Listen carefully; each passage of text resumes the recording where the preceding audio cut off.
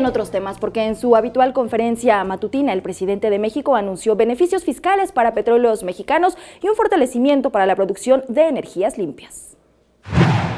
Aunque existen recursos suficientes para impulsar la industria eléctrica y petrolera, el presidente Andrés Manuel López Obrador adelantó que anunciará un programa de fortalecimiento para ambos rubros estratégicos.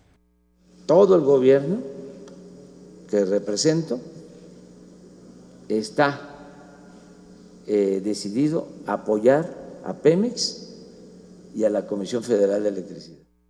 Se obtendrán a través de la disminución de la carga tributaria. Históricamente, Petróleos Mexicanos ha sido la empresa más impositiva de Hacienda, algo que no ocurre con ninguna petrolera de cualquier otro país. Si obtenía 1 billón de pesos de ingresos, le quitaban 950,000 millones de derechos y de impuestos. Ahora le quitan menos, pero le siguen quitando.